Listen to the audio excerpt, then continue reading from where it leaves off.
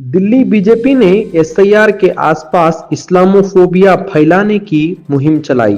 मुसलमानों को कीड़े और घुसपैठिए बताकर जलील किया। उम्मीद की आखिरी तारीख खत्म होने पर हुकूमत की रिपोर्ट, 5 लाख से ज्यादा वक्फ की एंट्रीज शुरू की गई, जिसमें 2 लाख से ज्यादा की वेरिफिकेशन बाकी है। एनबीडीएसए ने टीवी चैनल्स को एनसीईआरटी की तीसरी जमात की किताबों पर लव जिहाद कॉन्स्पिरेसी फैलाने पर झिड़का। इलेक्शन में गारंटी का ऐलान करने के सिद्धरामैया की जीत पर सवाल। सुप्रीम कोर्ट ने नोटिस जारी किया। अदालत ने पूछा, कैंपेन में तोहफे देना कैसे रिश्वत हो सकती है।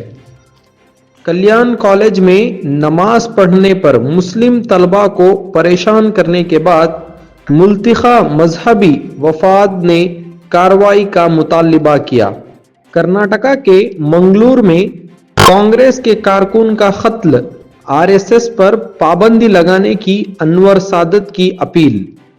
यूपी में रोहिंग्या और नाजायज बांग्लादेशियों पर सख्त कार्रवाई की गई।